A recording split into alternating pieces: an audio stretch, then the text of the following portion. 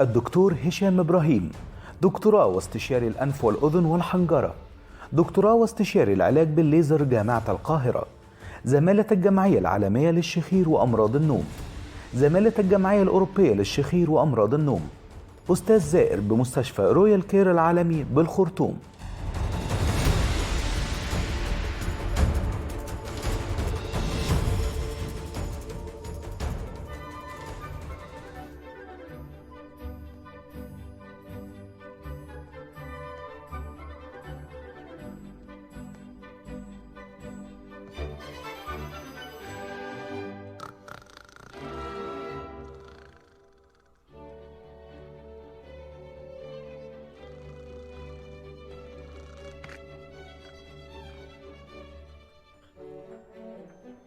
اهلا بيكم.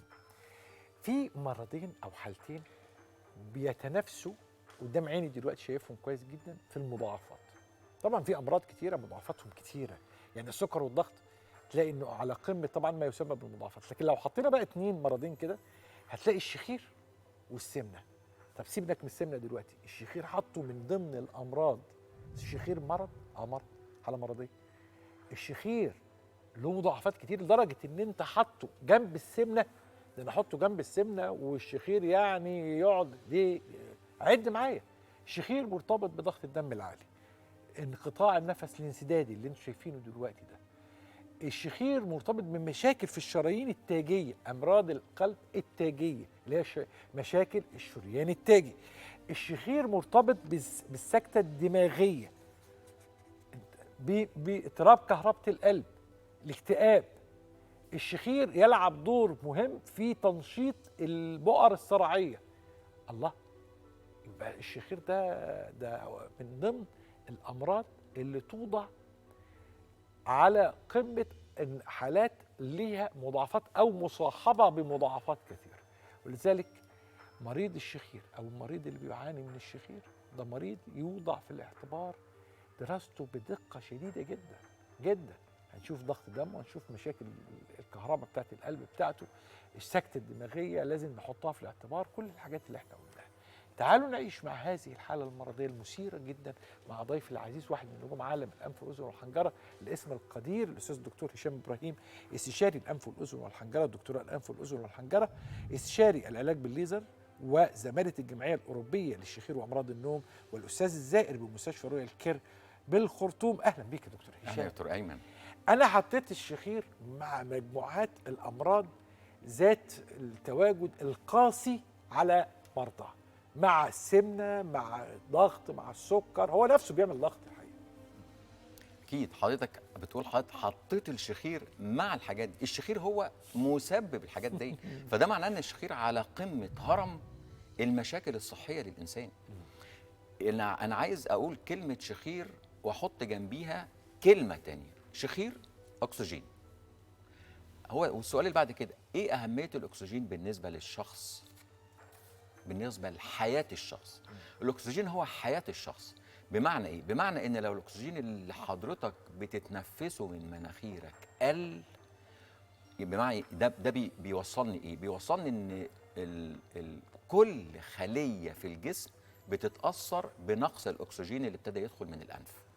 عشان كده إحنا ما نستسهلش أو نفتكر كلمة شخير هي صوت عالي مزعج. ده المسمى البسيط جدا لأي حد ممكن يسمع كلمة شخير أو ما يعرفش ما بعد الشخير شكله عامل إزاي. لأن الشخير عندنا إحنا بنقول دايما الشخير عندنا دايناميك يعني متحرك، يعني بيسرق. يعني إيه بيسرق؟ يعني النهاردة أنا بطلع صوت، وصوت بعد كده بقى صوت عالي مزعج، بعد كده بقى مزعج جدا للي حواليا وللجيران، بعد كده الصوت المزعج ده ابتدى يحصل خنقة وقفلة نفس وتوقف نفس. يعني معنى كده ان الشخير يعني الاكسجين اللي ابتدى ب مثلا ال 90 95% عند الشخص الطبيعي نسبة الاكسجين في الدم، بعد كده ممكن يوصل ل 70 و60، ودي في منتهى الخطورة، بتوصلنا لكل المشاكل اللي حضرتك قلتها. ولما بنوصل لها بيبقى صعب جدا ان احنا ممكن نرجع مرة تاني، احنا بنوقفها بس. عشان كده موضوع الشخير يساوي عندي حياة، يساوي عندي أكسجين، يساوي عندي كل خلية في الجسم بتتأثر، من أول المخ لغايه اقل خليه ممكن حضرتك الشعر تتخيلها. بتاثر، الشعر بالظبط كده. ضوافر بتاثر، اللي هي الجزء اللي بنقول عليه مهمل في الجسم يعني. طيب هناك اقاويل، عنواننا النهارده اسمه كده هناك اقاويل. اول اقويله من الاقاويل دي انه عمليات الحاجز الانفي يمكن ان تعود مره اخرى. من مبدا والله اللي بيقول المقوله دي او اللي بيردد هذه الاشاعه يعني، بقول عليهم دايما هم سذج بس يحترم سذاجتهم. انه هم اقول لك يعني انا بحترم السذاجه بتاعتهم دي. يقول لك ما انت بتقولوا دايما ان عمليات غضروف الاذن بنخاف لا ترجع تاني، الودن ترجع تاني تتكون، تبدا تتحرك للامام مره اخرى. فهم بيقول لك ان الانف زي الودن، ده تفكيرهم. كويس جدا. غضروف الودن مختلف تماما عن غضروف الانف. اللي هو الحاجز الانفي مختلف تماما. ليه؟ لان غضروف الاذن، ودي نقطه جوهريه جدا جدا في اجابه السؤال بتاع حضرتك. غضروف الاذن انت ما بتشيلش الغضروف كله، انت بتشيل جزء وبتشيل جزء عشان تعمل تجميل للاذن. وممكن الجزء اللي بتشيله يبقى زياده او يبقى قليل، فبيحصل فيبروزس او تليف ممكن يرجع شكل الاذن زي ما كان او يغير من شكلها. انا بتكلم كلام علمي. تمام. اما الغضروف الانف ايه؟ اللي هو الحاجز الانفي غير الغضاريف، عشان بس يبقى ان الناس ما تلخبطش. لا، الحاجز الانفي اللي هو غضروف وليس عظم. الحاجز الانفي انا بشيله تماما، ما بشيلش الجزء المعوج. لان في نوعين من الحاجز، عمليات الحاجز الانفي، اللي هي السيبتوبلاست اللي هو تجميل الحاجز الانفي، والجزء الثاني اللي هو سبيوكاس ريسكشن اللي هو ازاله الحاجز الانفي. الناس ايه ده ممكن تتخض جدا، ايه ده انت هتشيل الحاجز الانفي؟ انا بشيل الحاجز الانفي، ما بسيبش فيه ملي معوج. ملي معوج. بشيل الجزء المعوج منه. طبعا انا بشيل الجزء المعوج منه بنسبه 100%. عشان كده الجزء المعوج ده لما بيتشال ما بيبقاش فيه اجزاء تانية يحصل فيها تليفات وترجع مره تاني. معايا حضرتك؟ فاهم. دي نقطه مهمه جدا. دي حاجه. الحاجه الثانيه انا بشيل الحاجز الانفي تحت المنظار. فالمنظار ده بيديني نسبه رؤيه 100% جوه الانف من اول نقطه لغايه اخر نقطه. دي الحاجه الثانيه. الحاجه الثالثه العمليات الحاجز الانفي. عشان كده دايما الناس تيجي تقول لي انا عملت الحاجز الانفي ورجع تاني. اقول لها رجع تاني دي مش الحاجز الانفي بقى اللي رجع تاني، لا، يبقى في جزء في الحاجز الانفي ما اتعملش كويس، عشان كده الشكوى رجعت تاني. عشان كده مقولتي الشهيره بكل تواضع، يا جماعه لو حد عمل عندي، بكل تواضع، لو حد عمل عندي حاجز انفي ورجع تاني يقول لي.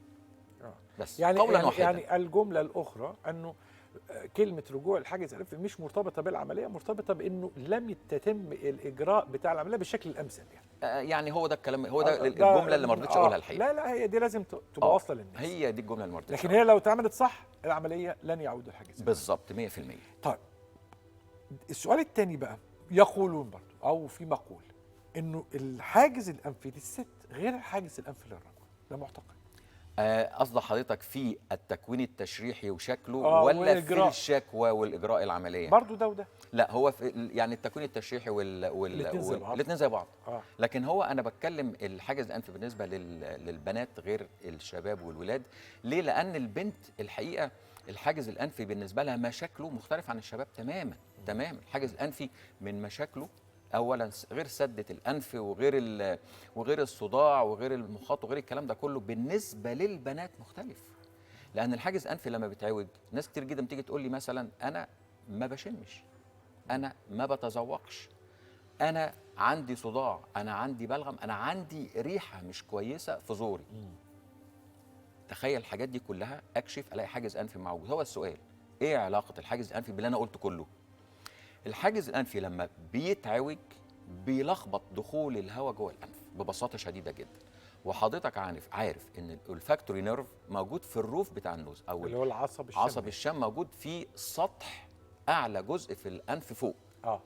فلما يبقى في حاجز انفي معوج ويعوق دخول الهواء، فالهواء ما بيدخلش لسقف الانف فوق. هواء ما دخلش لسقف الانف فوق، يبقى الشم بتاع الانف نفسه او احساسك بدخول الهواء او احساسك بالشم قل. عشان كده كتير جدا من الحاجز الانفي بيبقى معاه قله شم.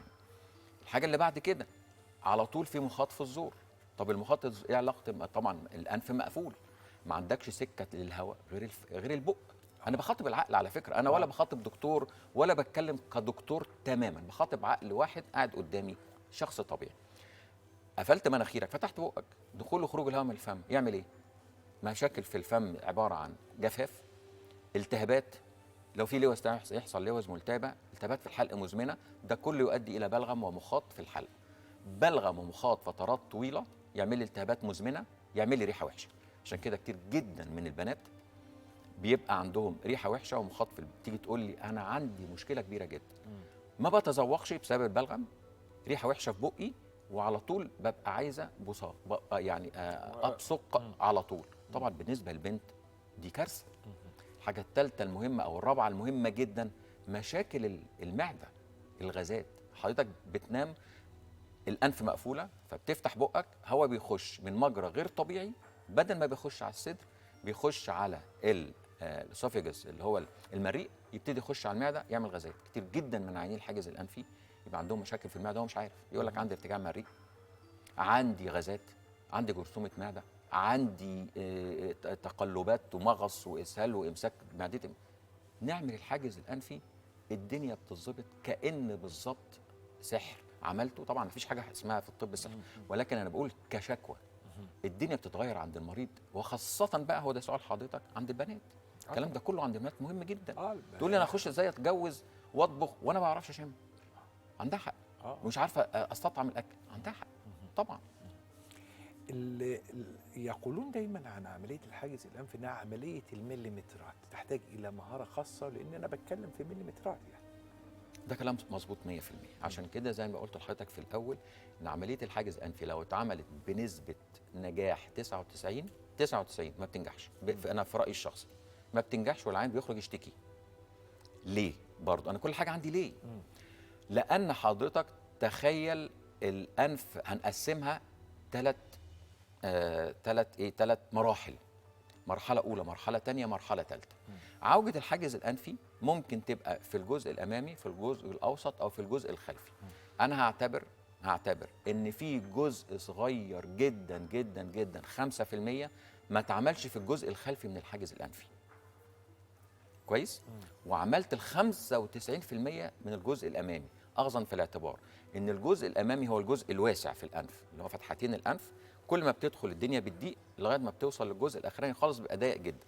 فالجزء الاخراني ده اصعب جزء في الحاجز الانفي، لان لو ما اتعملش هيفضل في سده في الجزء الخلفي في الحاجز الانفي وكانك ما عملتش حاجه خالص. عشان كده بنقول الحاجز الانفي لو ما اتعملش بنسبه تصحيح.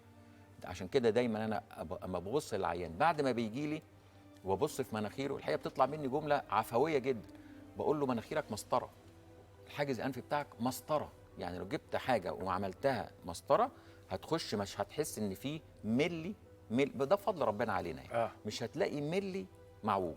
وده هو الكي والجمله الذهبيه بتاعت الحاجز الانفي، لازم تعمل بنسبه نجاح 100%.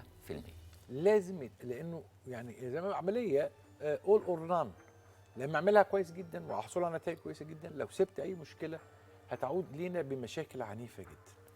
السؤال بقى يعني ادي الحاجز الانفي اهوت، طبعا اعوجاجاته واحتمالاتها كثيره جدا، قد تكون درجات، لكن الاجهزه الحديثه لعبت دور كبير جدا في انه العمليه دي تبقى عمليه متقنه للغايه، عمليه معموله بدقه كامله. لان حضرتك اتكلمت على المنظار وقلت المنظار يتيح لنا رؤيه جيده جدا، ايضا هناك اجهزه اخرى غير المنظار. مظبوط. بص حضرتك، هو طبعا انا اتكلمت عن الحاجز الانفي، لكن انا الحقيقه كان المفروض يبقى دخل في كلامي في الفتره اللي فاتت جمله مهمه جدا او كلمه مهمه جدا، غضاريف الانف. غضاريف الانف دي دلوقتي هي زي ما بيقولوا ايه، هي ال الشيء المخفي واللي الناس كلها بتشتغل عليه دلوقتي، غضاريف الانف. وانا عامل زي ما بيقولوا ايه هجوم شرس جدا لعمليات غضاريف الانف، شرس. ليه؟ لان غضروف الانف ده احنا عايزين نعمل له حلقه كامله او حلقتين كاملتين عشان نعرف وظيفه الغضروف الفسيولوجيه شكله عامل ازاي واهميته في الانف. يكفي اقول لحضرتك جمله بسيطه جدا، ان عوجه الحاجز الانفي للناحيه هنسميها اليمين، سبحان الله ربنا عامل توازن في دخول الهواء في الناحيتين عشان يوصل لغايه الروف بتاع النوز او سطح النوز فوق خالص، الانف فوق خالص، عشان تقدر تشم وتحس بدخول الهواء بالاعصاب دي. وفي الناحيه الثانيه لازم دخول الهواء في الناحيتين يبقى 50-50. طب لو في ناحيه 20-80 سبحان الله بتبص تلاقي الغضروف اللي في الناحيه الشمال راح حصل له تضخم عشان يخلي الهواء في الناحيتين يبقى 50-50. هو مش 50-50، هنسميهم متساوي 20-20. واخد بال حضرتك ازاي؟ فتضخم الغضروف الفسيولوجي او الوظيفي ده حاجه من عند ربنا. اللي بيحصل ايه دلوقتي؟ اللي بيحصل ابص مناخير العيان ده انت عندك غضروف. طب هو السؤال المهم جدا اللي لازم كل الناس تساله، هو الغضروف ده تضخم لوحده كده فجأة صبيحة الصبح لقيت الغضروف تضخم ولا في سبب؟ ده سؤال مهم جدا وسؤال جوهري. لا يا جماعة من فضلكم، الغضروف لما بيتضخم أنا بدور على سبب تضخم الغضروف. حلو. أعالجه إزاي؟ زي ما يكون. يعني لو حساسية بسبب تضخم أعالج الحساسية، لو حاجز أنفي خلى الغضروف يتضخم أعالج الحاجز الأنفي، نمرة 1. ونمرة 2 لو نفع أتدخل في الغضروف أصغره قليلا جدا أصغره. عشان كده الأجهزة عندنا النهاردة بقت إيدنا ورجلينا. بمعنى عملت عملية حاجز أنفي، بعد ما بخلص العملية تماما دايما نقول للعين كده أنا أعمل لك الحاجز الأنفي وهشوف الغضروف، لو هينفع أصغره شوية هصغره. لأن 99% عيانين أنا جاي عايز أعمل غضروف. يا جماعة أنا ما بعملش غضروف، ما فيش حاجة اسمها عندي غضروف، عملية غضروف ما فيش حاجة عندي اسمها كده. فبعد ما بخلص عمليه الحاجز الانفي خلاص الحاجز اتظبط 100%، ابتدي اشوف الغضروف الانفي بالمنظر اخباره ايه. لو في تضخم انا لا اتعامل مع الغضروف خارجيا، انا بتعامل مع الغضروف داخليا. يعني ايه داخليا؟ يعني عندنا جهاز حديث جدا اسمه الشيفر. الشيفر ده جهاز بيصغر وبياكل في الانسجه ببساطه. كويس. فانا الغضروف اهو انا بجيب جهاز الشيفر واروح مدخله جوه الغضروف، ويمكن هو قدامنا هو ده الشيفر، وبنروح مدخله جوه الغضروف وابتدي ياكل من انسجه الغضروف الداخليه قليلا لغايه ما احس ان الغضروف ابتدى ينكمش. بس يبقى الجدار الخارجي بتاع الغضروف مظبوط 100%، مفيش فيه اي مشاكل، والغضروف نفسه صغر. عشان عارف حضرتك انا ممكن ما اعملش الغضروف خالص واسيبه متضخم، بس العين بعد العمليه هيجي يقول لي انا عندي الناحيه الشمال فيها سده شويه، انا ممكن اسيبه له، لكن وبقول له انتظر لمده 6 اشهر هتتحسن لوحدك. ليه؟ لان وظيفه الانف ان الناحيتين بيظبطوا بعض، الغضروف هيصغر مره تاني لانه ازلت السبب بتاع الغضروف بالظبط. لكن انا بحب اخلي العيان يخرج من العمليه برضه حاسس بتحسن كويس جدا، فبصغر الغضروف شويه بالشيفر عشان يبتدي يحس بتحسن. وهي دي الحقيقه فلسفه العلاج بصفه عامه. في جمله اخيره عايز اقولها لحضرتك الحقيقه، يعني انا قعدت سنين طويله جدا في احدى القنوات بعمل حلقات تحت مسمى حكيم الانف والاذن. وكلمه حكيم كلمه الحقيقه كلمه بتهزني جدا، وكلمه انا متمسك بيها جدا. الطبيب على عيني وعلى راسي، انا طبيب، لكن الطبيب لازم يبقى حكيم يعني قياس البنفيت هي كده بالظبط والخسائر. مش كل عين زي التاني. احنا انا اسف دايما اقول انا مش عندي موتور عربيه بعمل له عمره وبغمض عيني وشيل جيب حط شيل حط شيل، لا انا كل حاله غير التانيه 100%. انت نورت وابدعت كالعاده. نورت لنا حتت مهمه جدا.